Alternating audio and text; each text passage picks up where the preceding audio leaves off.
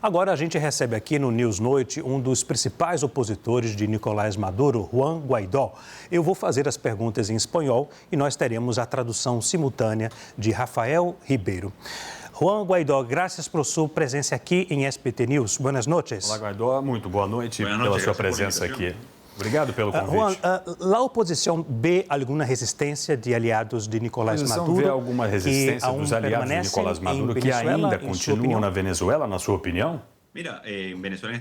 Bom, na Venezuela, nesse momento, estamos no segundo comando de Nicolás Maduro e o Cartel de los Soles. E também entendemos que os venezuelanos é um processo de transição. Acaba de ser levado na justiça com uma grande assertividade os Estados Unidos a Nicolás Maduro Morros. E vamos ver como é o início desse processo de transição que requer muitas coisas, que requer uma volta democrática da comunidade internacional, que não está completo até que vamos ver liberados os presos políticos e que ver liberada a Venezuela. E sim, temos uma grande oportunidade de ver a democracia voltar ao nosso país, de ver reconstruído o fio constitucional, esse que nos deu a vitória de Edmundo Urrutia no dia 24 de julho. Então a gente vai estar à frente dos venezuelanos e esperamos apoio da comunidade internacional. Juan Guaidó, o que espera você agora com esta... Guaidó, o que você espera agora com essa operação do governo dos Estados Unidos na Venezuela? Olha, o primeiro já aconteceu, porque foi uma pressão muito grande para todos nós, porque levaram preso o ditador Maduro. Então, isso é uma pressão muito grande que já viemos às ruas denunciando todas as denúncias de violação dos direitos, a violação da vitória de 24 de julho, muito antes do que a Assembleia Nacional Constituinte conheceu a Nicolás Maduro. Então, é um processo muito longo, muito doloroso, e temos 8 milhões de refugiados no exílio.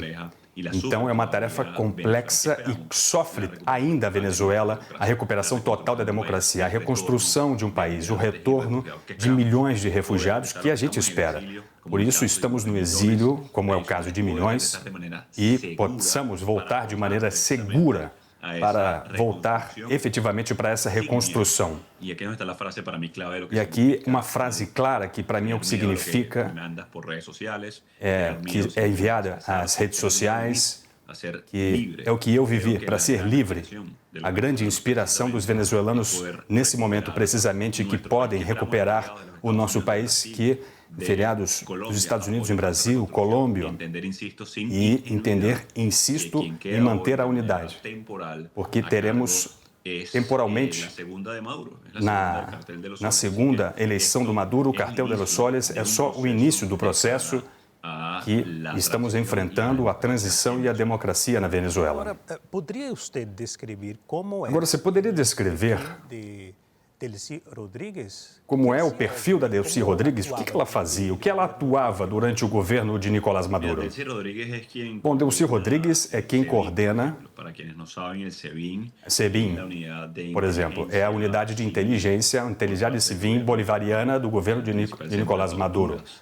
É uma entidade que conduzia torturas no país, que coordena a parte econômica e que manda direta e indiretamente na PDVSA, a estatal venezuelana. É também o elo por trás da repressão e também da condução do manejo da pátria diplomática do país. A mano de Delcy Rodríguez, Juan Rodríguez, é quem dirige a Assembleia Nacional e que também foi participação do processo de negociação que chegou e terminou. Eles desenharam nos últimos dias 17 os processos de negociação da liberação, porque Maduro tinha eles ao lado deles. Então eles estavam juntos com Maduro do processo de negociação. E, lamentavelmente, não cumpriu o regime de Nicolás Maduro. Eles foram o artífice que não chegasse a nenhum acordo.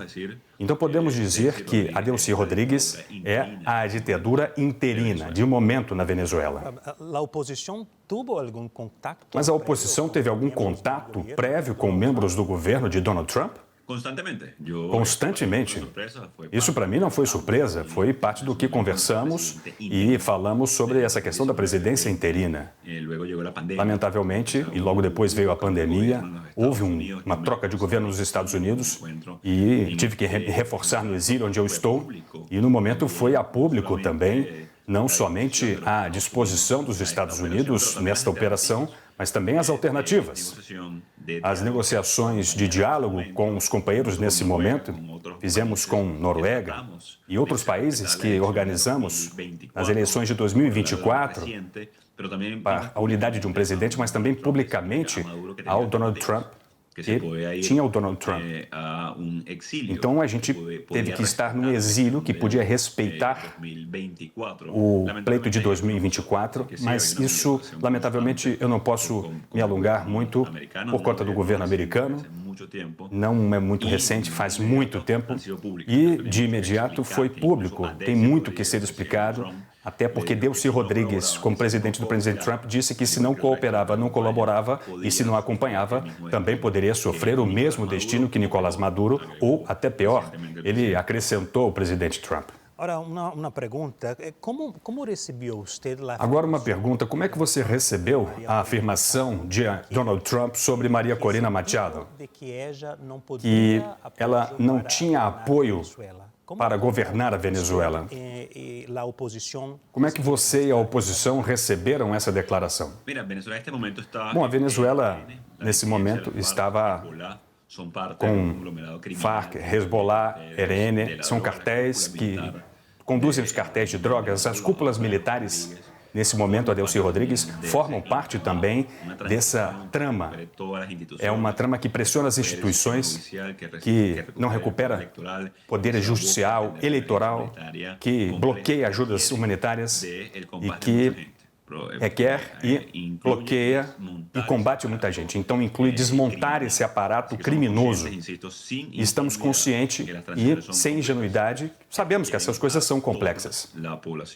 Por isso que a gente convoca toda a população, todos os fatores que precisam e podem desbaratar esse aparato criminoso para que possa reconstruir esse tema, todo o aparato judicial.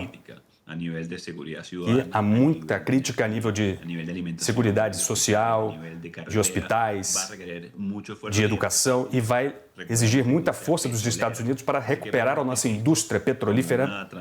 Então, insisto que essa é uma introdução de uma reconstrução e que a opinião do presidente Trump, essa opinião dele da Maria Corina, sabemos também que a Maria Corina tem e a nossa prima em 2025, 2026. Você tem algum medo de que a oposição não participe desta transição ou não? Isso vai depender da gente, por isso eu me preocupo. Vai depender da nossa organização, vai depender do que nós temos de organização democrática, que desde 2015 já é a maioria e foi demonstrado eleitoralmente em todas as eleições, como estávamos protestando nas ruas e quase 1 ano e meio. É muito o que dizer que o tema democrático e a oposição da Venezuela é maioria. Temos demonstrado nas ruas, nas eleições e também com outros temas, mas isso não me preocupa. Para que se complete uma transição, liberando os presos políticos, tendo sucesso na institucionalização da Venezuela, se requer a toda a população. E isso inclui também, claro, a quem representa a maioria e a oposição. E isso vai depender da nossa capacidade, de nossa possibilidade de democracia, de voltar e colocar a atenção nisso o mais cedo possível, para que a Venezuela possa se unificar uma vez mais o país e cumprir as demandas sociais que se podem cumprir com a cidadania. Então, assim, isso não me preocupa, porque Maria Corina é apenas um ator político na Venezuela. Na Venezuela, lideramos um processo de mudança no país. Alguns afirmam que Donald Trump priorizou o controle do petróleo ao invés de se aliar com a direita. Você concorda com isso ou não? Bom, essa minha visão no curtíssimo prazo é que, inclusive a visão do Marco Rubio, é a estabilização do país. Isso passa para recuperar a indústria petroleira, para que o petróleo gere a inversão privada, para que gere emprego, para que gere serviços, para que se possa vender ou colocar o nosso petróleo no mercado internacional. Por exemplo, de maneira mais rápida. Nosso principal mercado sempre foi os nossos Estados Unidos, onde a gente tem refinarias, como temos em Venezuela. Como você sabe, a Venezuela possui uma das maiores reservas de petróleo do mundo. E é um petróleo que necessita de muitas refinarias. E é necessário colocar muitas refinarias nesse país para colocar espaço no nosso produto. E essa é a nossa questão estratégica nesse momento. Então, a gente não tem nenhum medo por isso. Porque essa é o palanque a escada de crescimento da Venezuela. Claro que é uma situação complexa, passa por melhorar a produção do petróleo, passa a recolocar o nosso produto no mercado e, claro, também, por questões de segundo, é importante colocar nas redes sociais, onde eu estou agora precisamente, esse petróleo vai ser para atender às crises e às necessidades da Venezuela. Você tem a intenção de regressar à Venezuela agora, de voltar à Venezuela agora ou somente depois? Se você me pergunta sobre voltar, eu tenho, claro, um sorriso no rosto, porque eu tenho vontade de voltar o mais rápido possível. Mas o meu plano e o plano de milhões é poder voltar quando seja seguro. E espero que isso aconteça em curtíssimo prazo. Mas, sem dúvida, a gente vai reassumir como fizemos no passado. Mas é interessante porque a gente estava vendo imagens da indústria petrolífera, refinarias, para que as empresas voltem a investir. Voltem a investir, mas tem que ser seguro. Do ponto de vista jurídico, o mais importante é que seja seguro para que possa voltarmos, para que milhões possam voltar de maneira segura, sem medo. E assim fazemos de uma maneira segura. Então, o nosso plano para de curto prazo é voltar. Existe algum risco para os políticos da oposição em manter Delcy Rodríguez no poder? E também os militares que apoiam a ela na Venezuela, na sua opinião? Sim, sem dúvida. Sim, com certeza. Como eu te falava no começo, não dá para confiar em Delcy Rodríguez. Ela está nesse momento no poder, mas também que pode ser que haja um sequestro, mas também temos consequências e temos a ciência do que houve com Maduro durante todo esse tempo. Então, a reconstrução do país, uma justiça de transição, sabemos que vai levar tempo. Sabemos que é um processo complexo e temos muitas ferramentas para fazer esse processo. Como você vê a posição do Brasil agora, depois da invasão dos Estados Unidos na Venezuela? Olha, de verdade, do país eu estou aqui acompanhando, tenha falado o tempo todo da soberania, a soberania expressada numa plenitude, quando vimos as eleições corruptas, que as atas pediu, as atas enviou enviados para a Venezuela. Então, entendo que há ferramentas para que podemos recuperar a democracia, mas vai levar um tempo. Então, a comunidade internacional, a força que tem a comunidade internacional do Brasil, é importante que se respeite a soberania popular, que se respeite o resultado de 28 de julho, para que as ocasiões automáticas que aconteceram com o Nicolás Maduro, criminais e as ordens criminais dos Estados Unidos, por agora, a gente precisa instalar a democracia para os venezuelanos e, nesse momento, para o futuro da região. Que se acabe a impunidade é uma ótima notícia para a democracia, para a liberdade e para a justiça, para Lula também, nesse caso. Eu entendo que as críticas, que ou não possa ter, mas ele parece coerente. Se fala da proteção dos vulneráveis, é também falar dos refugiados, sobre o Maduro, sobre a soberania. Então, é preciso respeitar o dia 28 de julho de 2024 como ele nos defendeu. Então, tudo isso é importante que fique claro também para os Estados Unidos. Agora, como você vê a relação do presidente Lula e Donald Trump, depois de solicitações do ex-presidente Jair Bolsonaro contra autoridades do Brasil? Donald Trump atendeu pedidos do presidente Lula e retirou as sanções contra as autoridades brasileiras. Bom, o presidente Lula teve rivais altos nesse mandato. Nos Estados Unidos, por um lado, a tentativa com a China.